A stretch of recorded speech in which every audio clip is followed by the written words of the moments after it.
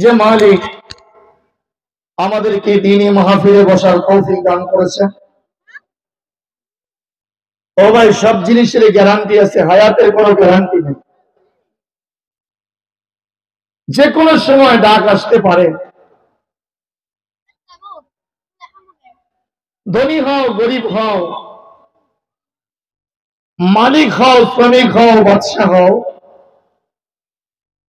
যে যেই স্তরেই থাকো না কেন, যখন তোমার টাইম শেষ হবে, এক সেকেন্ড এদিক আর সেদিক করা হবে না। এই জন্য শায়ের বলেন, এই দুনিয়া কি মুসাফির, এই দুনিয়া কি মুসাফির, मंजिल तेरी कब्र है, तय कर रहा है जो तुम, आई मटी में सुने वालों, आई खाट में सुने वालों, एक दिन सोएगा कब्र में। ठीक किना बोले? ও ভাই, কবরে শুইতে হবে কিনা? এখানে দাঁড়ায় কেউ বলতে পারবেন যে আগামীকালকে আমার ফজর হবে? কি সাহস আছে? ও ভাই, সকলেরই কবরে শুইতে হবে। তুমি খাটের মধ্যে ঘুমাও আর মাটির মধ্যে ঘুমাও, 10 তলায় ঘুমাও আর গাছতলায় ঘুমাও, বলে তোমার একই বিছানা, একই লেভেল, সেই 2.5 হাত মাটির কবর, যেই কবর আপনার জন্য অপেক্ষায় আছে, যেই কবর প্রতিদিন কমসে কম 20 বার করে ডাকতেছে, 40 বার করে ডাকতেছে, হে আমার কবরের বাসিন্দা। কি হয় মাঝে মাঝে,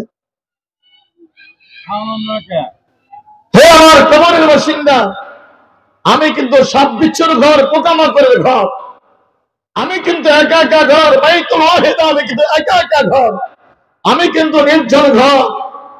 আমার কাছে আসার আগে নেক আমল নিয়ে আসো। ও ভাই, দুনিয়ায় কেউ থাকতে পারে না, আমরাও থাকতে পারবো না। কি বলে? এই দুনিয়া কি মুসাফির, मंजिल तेरी कब्र है, तय कर रहा है जो तुम, आई मटी में सुने वालों, आई खाट में सुने वालों, एक दिन सोएगा कब्र में। সবারই একদিন কবরে শুইতে হবে ভাই। আজকে আমার মা, আমার বাবা 3 টুকরা 5 টুকরা কাপড়ের সম্বল, যেই কবরের মধ্যে কোনো চাটারি বিছানা নাই, যেই কবর হলো মাটির বিছানা। এ দুনিয়া চন্দ্র রোজা মেহমানি, কুজা রামান কুজা কারুন, কুজা তখতে সুলাইমানি। এটা তো মুসাফির খানা। আজকে ফেরাউন নাই, কারুন নাই, হামান নাই, সুলাইমান পয়গম্বর নাই, নবী মুহাম্মদ রাসূলুল্লাহ সমস্ত দুনিয়াতে নামে। তুমি আর আমি কি দুনিয়া থাকতে পারবো? ও ভাই, যখন টাইম শেষ হবে, লা ইস্তাখিরুনা সাআতাও ওয়া লা ইস্তাকদিমুন, 1 সেকেন্ড এদিক সেদিক করা হবে না। নির্ধারিত টাইমে তোমার কবরে যেতে হবে। আমরা অনেকে বলি, একটা মানুষ যখন জোয়ান অবস্থায় মারা যায়, আমরা বলি মানুষটা অকালে মারা গেছে। ও ভাই, মানুষ কিন্তু অকালে মারা যায় না। আল্লাহ পাক রব্বুল আলামিন আমাদেরকে রূহের জগতে আমাদেরকে জিজ্ঞাসা করেছে, আলাস্তু বিরাব্বিকুম, আমি কি তোমাদের রব নয়? আমরা সকলে এক বাক্যে বলেছিলাম, কালু বলা, হ্যাঁ আপনি আমাদের রব, আপনি আমাদের প্রতিপালক, আপনি আমাদের হায়াতের মালিক, আপনি আমার মৌতের মালিক, আপনার ইশারায় সব হইতেছে। সুবহানাল্লাহ বলেন। এটা আমরা সবাই স্বীকৃতি দিয়ে আসছি রূহের জগতে। কোন জায়গায়? রূহের জগৎ থেকে আল্লাহ পাক রব্বুল আলামিন মায়ের রেহেমের মধ্যে পাঠাইলেন। আলমে আরহাম, মায়ের পেট। এই মায়ের পেটের মধ্যে 10 মাস 10 দিন ছিলাম। কয়দিন ভাই? 10 মাস 10 দিন এই দুনিয়াতে ছিলাম। যখন আমার টাইম শেষ হয়ে দুনিয়াতে আসার সময় হয়েছিল, তখন আল্লাহ পাক রব্বুল আলামিন ফেরেশতাকে বলে, ও ফেরেশতা, আমার বান্দার দুনিয়ার, আমার বান্দা মায়ের পেটের সময় শেষ হয়ে গেছে, আমার বান্দার জন্য আমি দুনিয়া বানাইছি, আমার বান্দাকে দুনিয়াতে পাঠিয়ে দাও। তখন ফেরেশতা এসে বলছিল, হে আদম সন্তান, মায়ের পেটের সময় তোমার শেষ। তোমার জন্য আল্লাহ তাআলা সময়ে দুনিয়া, আলমের দুনিয়া বানাইছেন। ওই দুনিয়াতে যাওয়ার জন্য তৈরি হয়ে যাও, তোমার টাইম কিন্তু শেষ, 10 মাস 10 দিন। তখন আমি আর আপনি বলেছিলাম, আরে না, মায়ের পেটে খুব আরামে আছি, কোনো টেনশন নাই, কোনো চিন্তা নাই, ভাবনা নাই, অতি সুখে মায়ের পেটের মধ্যে আছি, আর দুনিয়া আমরা যেতে চাই না। তখন ফেরেশতা বলেছিল, আল্লাহ, তোমার বান্দা বলে আরামের পেটের মধ্যে, মায়ের পেটের মধ্যে আছে, উনি আবার দুনিয়াতে যেতে চায় না, মায়ের পেটেই বলে বড় দুনিয়া নিয়ে আসে। তখন ফেরেশতারা বলেছিল, বান্দা, মায়ের পেটের জগৎ এটা বড় দুনিয়া না, এমন একটা দুনিয়াতে তুমি যাইতেছো যেই দুনিয়া তো বিশাল দুনিয়া, যেই দুনিয়ার একটা ফল এই দুনিয়ার জায়গা হবে না। ও ভাই বলেন তো, একটা বড় কাঁঠাল কি মায়ের পেটে জায়গা হবে? বড় একটা তরমুজ মায়ের পেটে জায়গা হবে না। তখন আমি আর আপনি বলেছিলাম, না না না, যতই আমাদেরকে লোভ দেখাও, আমরা দুনিয়া যেতে চাই না। তখন আল্লাহ তাআলা বললেন, ফেরেশতা, আমার বান্দার জন্য মায়ের পেটে সময় নির্ধারণ করে দিয়েছি। আমার বান্দা যাবে না যাবে, আমার বান্দা যেতে চাক আর না চাক, জোর করে হলেও, ঘাড়ে ধাক্কা দিয়ে হলে আমার বান্দারে দুনিয়ায় পাঠায়। আমরা কিন্তু আসতে চাই নাই। মুফাসসির কিরাম লেখেন, প্রত্যেকটা সন্তান যখন দুনিয়াতে আসে মায়ের পেট থেকে, প্রত্যেকটা সন্তানের আগে মাথা বের হয়ে আসে। কি বের হয়ে আসে? মাথা। কেন? ঘর থেকে যদি একটা মানুষকে ধাক্কা দেওয়া হয়, তাহলে আগে পাও বের হয় না মাথা বের হয়? মাথা বের হয়। এই জন্য মুফাসসির কিরাম লিখেছেন, আমরা মায়ের পেট থেকে আসতে চেয়েছিলাম না, ফেরেশতা আমাদেরকে গলা ধাক্কা দিয়ে দুনিয়ায় পাঠাইছে। কিন্তু পাঠানোর পরে আল্লাহ তাআলা জানাইছেন, হে আদম সন্তান, মায়ের পেট থেকে তোমাকে জোর করে পৃথিবীতে পাঠানো হলো, কিন্তু মায়ের পেট থেকে তোমাকে যেরকম জোর করে পাঠানো হলো, থাকতে পারো নাই। দুনিয়ার জিন্দেগি এমন মজাদার জিন্দেগি, এমন চাকচিক্য জিন্দেগি, ওই জিন্দেগির মধ্যে পড়ে, রং তামাশায় পড়ে, তোমার জন্য আরেকটা জগৎ আছে, আলমে বরজখ, কবরের জগৎ। দুনিয়ার টাইম কিন্তু নির্ধারিত টাইম করা আছে, দুনিয়ার সময় আল্লাহ তাআলা নির্ধারণ করে দিয়েছেন। যখন তোমার টাইম শেষ হয়ে যাবে, লা ইস্তাখিরুনা সাআতাও ওয়া লা ইস্তাকদিমুন, এক সেকেন্ড এদিক সেদিক করার মতো পৃথিবীতে কারো শক্তি নাই। ঠিক কিনা বলেন? কারো শক্তি আছে? এখানে কারো হাত নাই।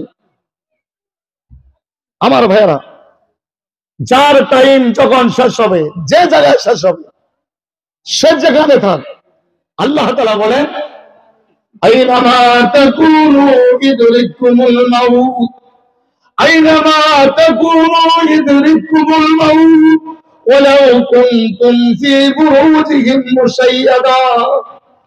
মরণ থেকে যতই পালাও, মরণ তোমায় লইবে ঘিরি। মরণ থেকে যতই পালাও, মরণ তোমায় লইবে ঘিরি। যদিও তুমি আকাশে যাও, লাগায় সেটাই লাগায় সিঁড়ি। কোথায় ভাগবা? যদি আসমানে যাও, আসমানে যদি তোমার টাইম শেষ হয়ে যায়, সেখানে মালাকুল মউত যাবে। যদি জমিনের নিচে চলে যাও, সেখানে তোমার টাইম শেষ হয়ে যায়, সেখানে মালাকুল মউত হাজির হবে। তার একটা বাস্তব ঘটনা আপনাদেরকে শোনাই। সুলাইমান পয়গম্বর আলাইহিস সালাতু ওয়াস সালাম, ইমাম গজ্জালি রহমাতুল্লাহ আলাইহি ঘটনা লিখেছেন, চমৎকার ঘটনা। ইমাম গজ্জালি রহমাতুল্লাহ আলাইহি চমৎকার কিছু ঘটনা লিখেছেন, তার মধ্যে একটা ঘটনা আপনাদেরকে বলি। সুলাইমান পয়গম্বর নাম শুনছেন? সুলাইমান পয়গম্বর কি এক দেশের বাচ্চা ছিল? বলে না না, সুলাইমান পয়গম্বর আলাইহিস সালাতু ওয়াস সালামকে আল্লাহ তাআলা গোটা পৃথিবীর বাদশাহী দান করেছিলেন। সুবহানাল্লাহ জুড়ে বলেন মিয়া। গোটা পৃথিবীর বাদশাহী করেছেন 4 জন। কয়জন? 2 জন মুসলমান। 2 জন কি? কথা বলেন। 2 জন মুসলমান, 2 জন কাফের। মুসলমানদের মধ্যে বাদশা সুলাইমান আর 2 নম্বর হলো বাদশা যুলকারনাইন। গোটা দুনিয়ায় বাদশাহী করেছেন। আর কাফেরদের মধ্যে ছিল 2 জন, নমরুদ আর বখতে নসর, এই চারজনকে আল্লাহ তাআলা এমন শক্তি দিয়েছিলেন, গোটা পৃথিবীর বাদশাহী করেছেন। আচ্ছা বলেন তো, সুলাইমান পয়গম্বর আছে না দুনিয়াতে? নমরুদ আছে, বখতে নসর আছে। বিনা কলে হওয়ায় চলে তখতে সুলাইমান, বিনা কলে হওয়ায় চলে তখতে সুলাইমান, মোরা সেই মুসলমান। নারে তাকবীর। মুসলমানের জাত, মাল্লাহুল মাওলা ফালাহুল কুল।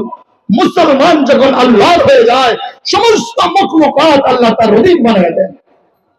এই সুলাইমান পয়গম্বর এক সময় বয়ান করতেছেন, হঠাৎ করে মালাকুল মউত আজরাইল আলাইহিস সালাম মাহফিলে কাজ দিয়ে যায়। সুলাইমান আলাইহিস সালাম যখন বয়ান করতেন, হাজার হাজার লোক সামনে থাকতেন। মালাকুল মউত আজরাইল আলাইহিস সালাম মাহফিলে কাজ দিয়ে যায়।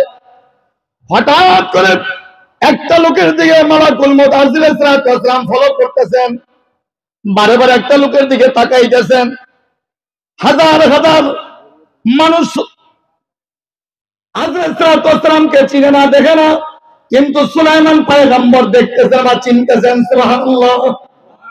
সুলাইমান পয়গম্বর চিনতেছেন, কিন্তু মালাকুল মউত আজরাইল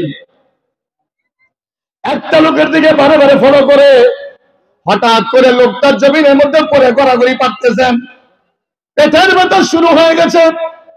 সুলাইমান পয়গম্বর আলাইহিস সালাতু ওয়াস সালাম ওই লোকটাকে অনেক ঝাড়ফুঁক দিলেন, চিকিৎসা করলেন, ডাক্তার কবিরাজ আনলেন, কিছুতেই কিছু হয় না। পেটের ব্যথা শুধু বাড়তি আর বাড়তি, বাড়তি আর বাড়তি।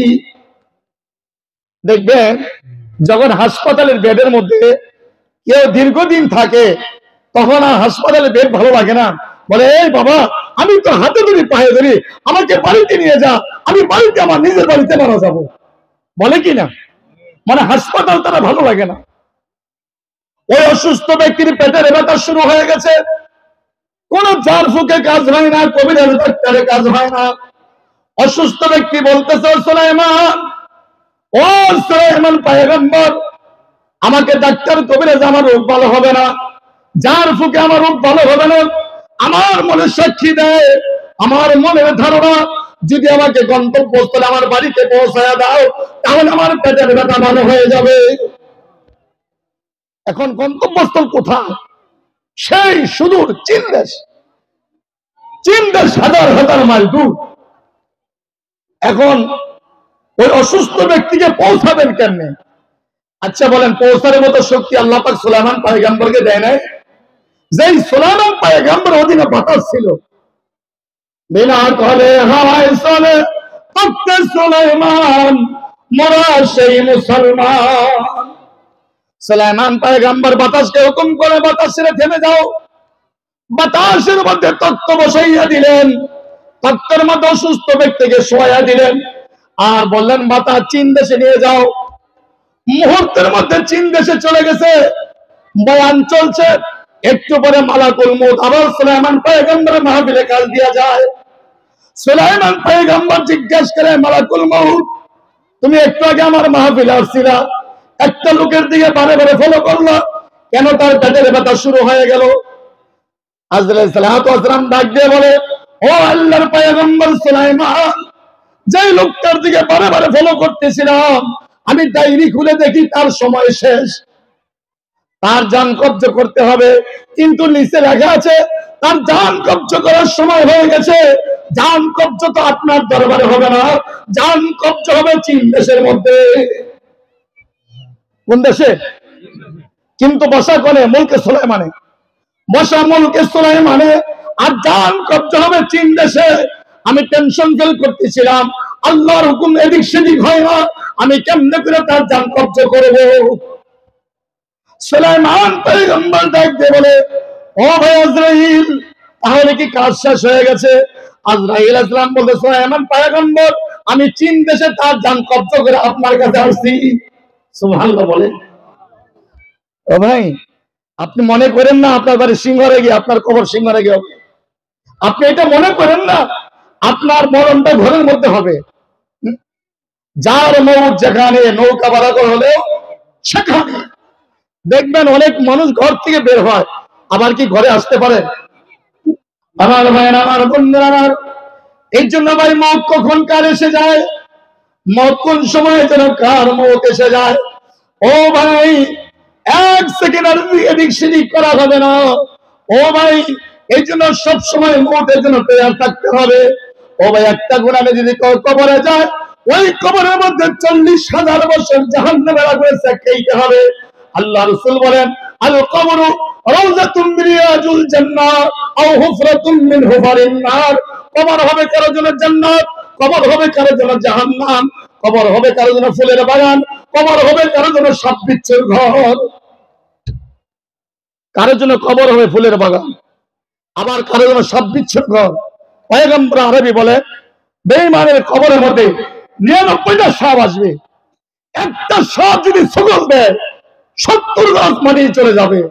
একটা সাপ যদি দুনিয়া নিঃশ্বাস ছাড়ত, সমস্ত দুনিয়া পুড়ে যাইত, এত বিষাক্ত সাপ হবে। ও ভাই যদি আজকে ঘরের কোন একটা সাপ বের হয়, যত বড় সাহসী ব্যক্তি আছে রাত্রি থেকে নিরাপদে ঘুম হবে? কথা বলে। যদি রাস্তার মধ্যে সাপের আগমন দেখা যায়, রাস্তার মধ্যে সাপের ভয় থাকে, ওই রাস্তা দিয়ে যাইতে আর রাত্রিবেলায় ভয় লাগবে, না জানি কোন দিকে সাপ পড়ে আছে। যদি আজকে একটা সাপের ভয় আমার রাত্রিতে ঘুম না হয়, আর ওই কবরের মধ্যে দৌড় দৌড় ভাগার মতো কোনো জায়গা নাই, চিৎকার দিলে দুনিয়ার কেউ শুনবে না। ওই কবরের মধ্যে যখন 99টা সাপ আপনাকে সগলাইতে থাকবে, সগল মারতে থাকবে, দংশন করতে থাকবে, আপনার চিৎকার মসজিদকে মাগরিব পর্যন্ত চলে যাবে, কিন্তু মানুষকে আল্লাহ তাআলা এই আওয়াজ শোনার তৌফিক দেয় নাই। এই জন্য ভাই কবরটা কারো জন্য ফুলের বাগান, আবার কারো জন্য জাহান্নামের গর্ত। আল্লাহর অনেক বান্দা আছে কবরে যাওয়ার সঙ্গে সঙ্গে কবরের মধ্যে কোরআন শরীফ পড়া শুরু করবে। সুবহানাল্লাহ জোরে বলেন। অনেক বান্দা আছে কবরে যাওয়ার পর হুজুর পানি চাবে, হে ফেরেশতা আমার হুজুর পানি দাও, আমি আল্লাহর সামনে দাঁড়িয়ে যাই। আমার ভাইয়ের, আমার বন্ধুরা আমার, আল্লাহর এক ওলি কবরের পাশ দিয়া যায়, আল্লাহর এক ওলির আগমন কবরের পাশ দিয়া। যদি কোন ওলি আল্লাহ কবরের পাশ দিয়া যায়, যদি কোন মাদ্রাসার ছাত্রগুলো কবরের পাশ দিয়া যায়, যদি হক্কানি উলামায়ে কেরাম কবরের পাশ দিয়া যায়, 40 দিন পর্যন্ত কবর আযাব বন্ধ হয়ে যায়। এই জন্য মাদ্রাসার পাশে আমার কবর দিও ভাই, আমি যেন কবরে শুয়ে শুয়ে আল্লাহর কালামের তেলাওয়াত শুনতে পাই। যতক্ষণ পর্যন্ত কোরআনের তেলাওয়াত হবে, যতক্ষণ পর্যন্ত জিকির আজকার হবে, অতক্ষণ পর্যন্ত যদি কবর আযাব হয়, কোরআনের সম্মানার্থে আমার মালিক কবর আযাবকে আল্লাহ পাক বন্ধ করে দিবেন। এই জন্য বা কত খুশনসিব, কতই না কপাল ভালো যাদের কবরের পাশে দ্বীনি মাদ্রাসা কায়েম হইতেছে। ভাই ও ভাই, তোমার বাবা চলে গেছে, তোমার মা চলে গেছে, হয়তোবা তোমারও দফন এখানে হবে রে ভাই। এই জন্য মাদ্রাসা দরকার আছে। যদি আমি গুনাহগার হয়ে যাই, আল্লাহর কালামের বদলতে, আল্লাহর কালামের বরকতে ওই কবর আযাব আল্লাহ পাক মাফ করে দিবেন। আমার বন্ধুরা আমার, এক আল্লাহর ওলি কবরের পাশ দিয়ে যাইতেছেন, হঠাৎ করে দেখেন নির্জন কবরস্থান, কোনো লোকজন নাই, কোনো বাসা বাড়ি নাই, কিন্তু দেখা যায় মধুর কণ্ঠে কবর থেকে কোরআনের তেলাওয়াতের আওয়াজ আসতেছে, কোরআনের তেলাওয়াত আসতেছে। ও ভাই সবার কবরে কোরআন শরীফ তেলাওয়াত হবে? কথা বলে। যারা কোরআনের সাথে গভীর সম্পর্ক, অনেক সময় আমি বয়ান করে মাদ্রাসায় ঘুমাইতাম, রাত্রি 12টার পরে মাদ্রাসায় ঘুমাইতাম। মাদ্রাসায় ছোট ছোট বাচ্চারা সারাদিন লেখাপড়া করে, কোরআনের তেলাওয়াত করে, 10টা পর্যন্ত কোরআনের তেলাওয়াত করে। যখন আমি মাদ্রাসা 12টার পরে ঘুমাইতাম, দেখি অনেক ছাত্র ঘুমের ঘরে কোরআন শরীফ তেলাওয়াত শুরু করছে, ঘুমের ঘরে কোরআন শরীফ পড়তেছে। ও ভাই, তোমার বস্তার মধ্যে চিনি থাকলে চিনি বের হবে, তোমার বস্তার মধ্যে ভুসি থাকলে ভুসি বের হবে, তোমার বস্তার মধ্যে বালু থাকলে বালু বের হবে। তোমার 3.5 হাত বডির মধ্যে যদি আল্লাহর জিকির নিয়ে যাও, কোরআনের মহব্বত নিয়ে যাও, নামাজের মহব্বত নিয়ে যাও, বস্তাকে যখন কবরে শোয়া দেওয়া হবে, তখন জিজ্ঞাসা করে আমার রব্বুকা, তোমার রবকে, আমার দিনুকা, তোমার দিনকে, আমার নবীকে, তোমার নবীকে, তখন বস্তা থেকে বের হয়ে আসবে রাদিতু বিল্লাহি রাব্বান ওয়া বিল ইসলামি দীনাও ওয়া নবী মুহাম্মদুর রাসূলুল্লাহ সাল্লাল্লাহু আলাইহি ওয়াসাল্লাম। সুবহানাল্লাহ বলেন মিয়া। এই তিনটা প্রশ্ন যখন ক্লিয়ার হবে, আসমান থেকে আওয়াজ আসবে, আদ সাদাকা আবদি, আদ সাদাকা আবদি, ওয়াবশিরু লাহু ইলাল জান্নাহ, ওয়াফতাহু বাবু ইলাল জান্নাহ, ওয়ালবিসু ইলাল জান্নাহ।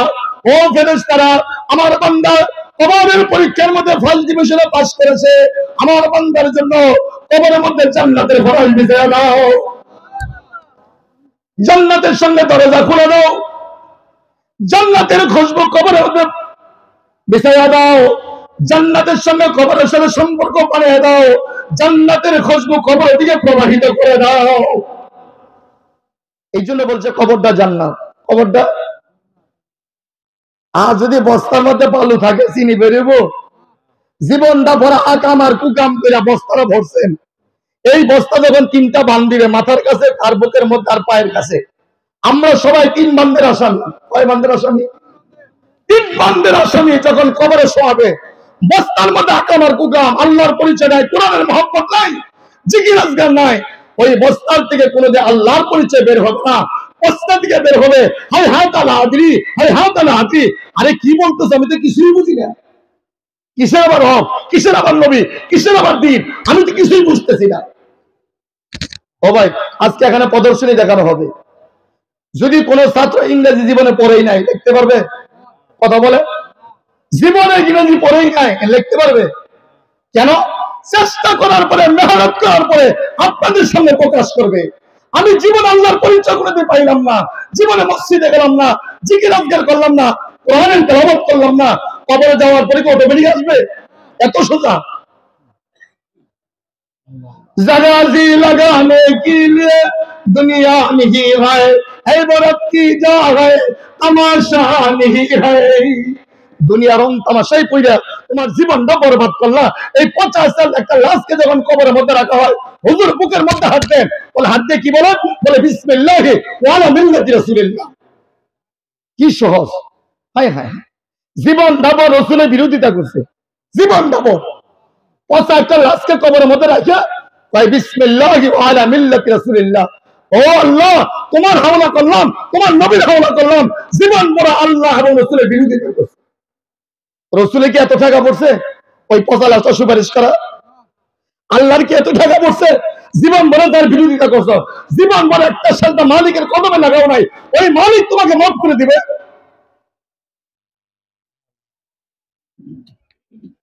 ভাই কথাগুলো কঠিন হইতেছে না? বাস্তব, কঠিন হইলেও বাস্তব। এটা আসতেছে সামনে, আপনার সামনে আসতেছে।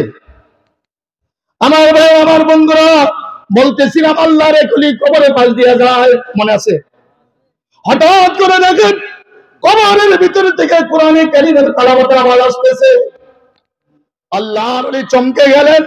আল্লাহর ওলি ডাইনে তাকায় লোকজন নাই, বামে তাকায় লোকজন নাই, সামনে তাকায় লোকজন নাই, পিছে তাকায় লোকজন নাই, শুধু কবর আর কবর, কোনো বাড়িঘর নাই, কোনো জনবসতি নাই, কিন্তু কোরআনে কারীমের তেলাওয়াতের আওয়াজ পাওয়া যায়। ওই দিকে আসে, কে তেলাওয়াত করে?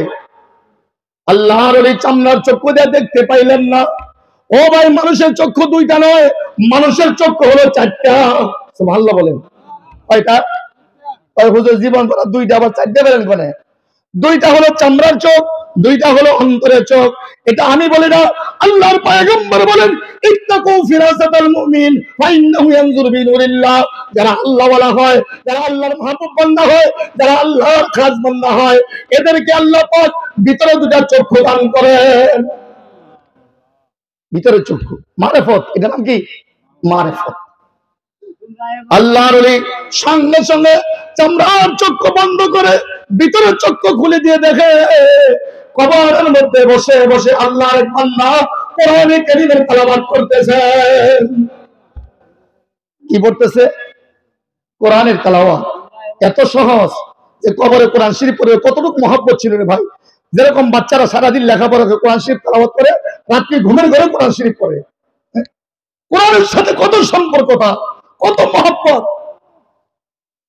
আল্লাহর ওলি এই দৃশ্য দেখার পরে আল্লাহর ওলি বলছে সুবহানাল্লাহ। কি বলছে? সুবহানাল্লাহ। কবরবাসী ডাকবে বলে, আল্লাহর ওলি ডাকবে বলে, ও কবরবাসী রে, কবরে তো কোরআন শরীফ পড়ার কথা ছিল না, তুমি আজকে কবরের মধ্যে কেন কোরআন শরীফ পড়তেছো? এটা তো কোরআন শরীফ পড়ার জায়গা না। কবরবাসী ডাক দিয়ে বলতে, আল্লাহর ওলি, এই কবরের মধ্যে কোরআন শরীফ পড়ার জায়গা না, এটা আমিও জানি, এটা কোরআন শরীফ পড়ার জায়গা না। কিন্তু দুনিয়াতে আমি কোরআনে কারীমের সাথে মহব্বত ছিল, মাদ্রাসার সাথে মহব্বত ছিল, উলামায়ে কেরামের সাথে মহব্বত ছিল, কালামের সাথে মহব্বত ছিল। ওই মহব্বতের স্বাদ, কোরআনে কারীমের স্বাদ, জিকিরের মজা আমার জিহ্বার মধ্যে লাগিয়ে আছে। জিকিরের মজা আছে না? কি বলে? সবাই মজা পায় না রে ভাই। কোরআন তেলাওয়াতের যে কি মজা, এটা সবাই পায় না। কোরআনের তেলাওয়াতের মজা, জিকিরের মজা আমার জিহ্বার মধ্যে লাগে আছে। আমি কবর আসার পর আমি বলতে পারলাম না, আমার মালিকের কাছে আবেদন করলাম, ও আমার মালিক, তুমি আমার একটু কবরের মধ্যে কোরআন শরীফ পড়ার সুযোগ করে দাও। আমার মালিক আমাকে সুযোগ করে দিয়েছে। আমি কবর আসার পর থেকে কোরআন শরীফ তেলাওয়াত করতেছি। আল্লাহর ওলি কবরের পাশ থেকে দাঁড়ায় বলে, ও কোরআন ওয়ালা, তুমি কবর আসার পর থেকে যে তেলাওয়াত করতেছো, তুমি মোটামুটি কয়টা খতম করেছো? কবরবাসী ডাক দিয়ে বলে, আল্লাহর ওলি রে, বেশি খতম করতে পারি নাই, মোটামুটি আমার একটা হিসাব আছে, আমি 5000 খতম কবরের মধ্যে পড়েছি। কয় হাজার? আমরা দুনিয়াতে কয় খতম পড়ছি? কবরের মধ্যে 5000 খতম দিচ্ছে। আর আমরা দুনিয়াতে এমনও কমবক্ত বান্দা আছে, জীবনে একটা খতম দেয় নাই, কোরআন শরীফ খুলে দেখাই নাই। কোরআন সুপারিশ করবে? 5000 খতমের কথা শুনে উপরে যে আল্লাহর ওলি ছিল, সঙ্গে সঙ্গে বলছেন সুবহানাল্লাহ। কি বলছে? সুবহানাল্লাহ। যদি আমার মালিকের কাছে কবুল হয়ে যায়, আসমান এবং জমিনের খালি জায়গা আমার আল্লাহ নেকি দিয়া ভরিয়ে দেয়।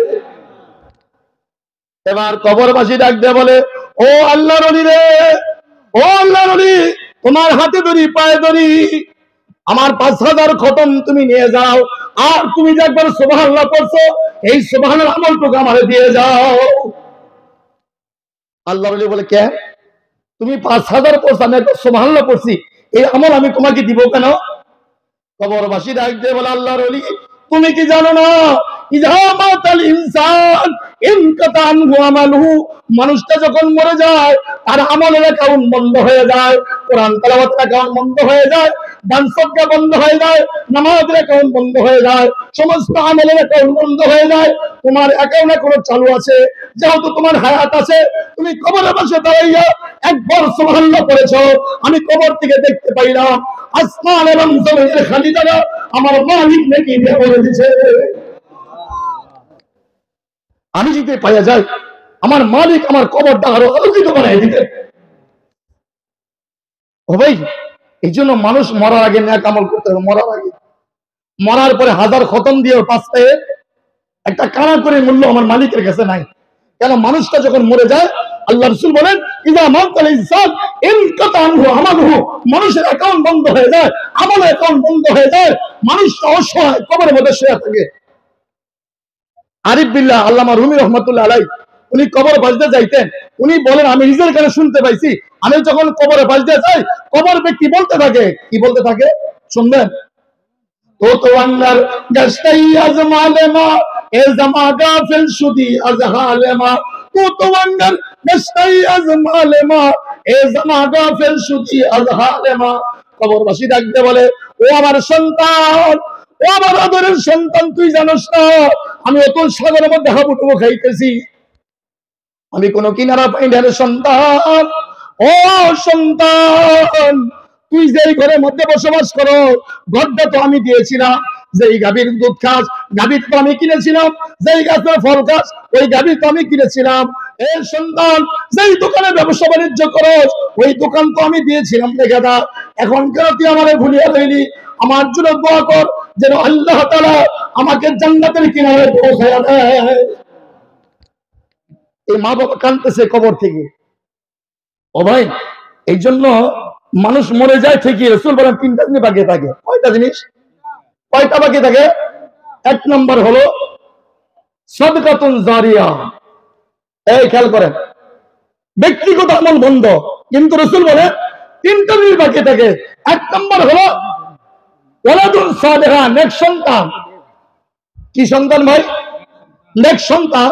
ওই সন্তান যখন মা বাবার জন্য দোয়া করবে, কবর বসে দিয়া আলহামদুলিল্লাহ একবার পড়বে, কুল হুজুরা 3 বার করে মা বাবার জন্য দোয়া করবে, আল্লাহ তাআলা এক খতম কোরআনে কারিমের সওয়াব মা রূহে মোবারকে, বাবা রূহে মোবারকে পৌঁছায় দিবে। ইমাম সাহেব ডাকার দরকার নাই। ইমাম সাহেব ডাকবেন কেন? কবর বসে কি ইমামের দরকার নাই? আলহামদুলিল্লাহ জানে এরকম কোন মুসলমান আছে?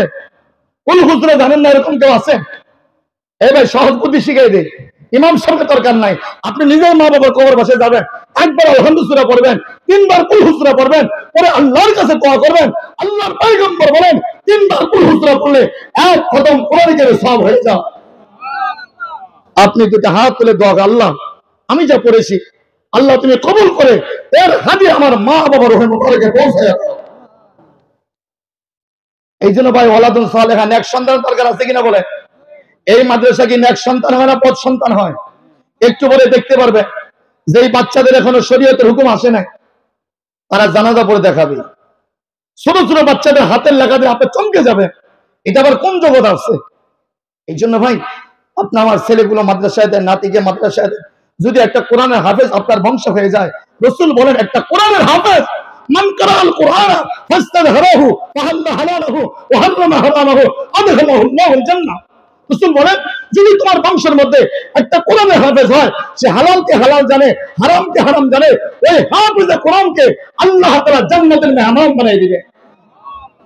ওই হাফেজে কোরআনকে এমন পাওয়ার দিবেন, কেমন পাওয়ার? ওই হাফেজে কোরআন করে হাফেজে কোরআন তুমি 10 জনকে সুপারিশ করো, আদ ওয়াজাবাত লাহুন নার, যাদের উপর জাহান্নাম অবধারিত ছিল। এই 10 জন জাহান্নামীকে সুপারিশ করে একটা হাফেজে কোরআন জান্নাতে পৌঁছায় দিবে। আর আলেম সাহেব শত শত জাহান্নামীকে সুপারিশ করে জান্নাতে পৌঁছায় দিবে। এই অধিকার আলেমকে দেওয়া হবে, হাফেজে কোরআনকে দেওয়া হবে। এখন 10 জন কারাকা, এর মধ্যে সিরিয়াল বলছেন মা, বাবা, দাদা, দাদি, নানা, নানি, শ্বশুর, শাশুড়ি, আপন স্ত্রী। সুবহানাল্লাহ বলেন। আমার ভাইয়েরা, যাই হোক অতি অল্প সময়ের মধ্যে ধান কাটার মতো ফেসাইলাম, বুঝলেন? ধান কাটার খালি ফেসাইলাম।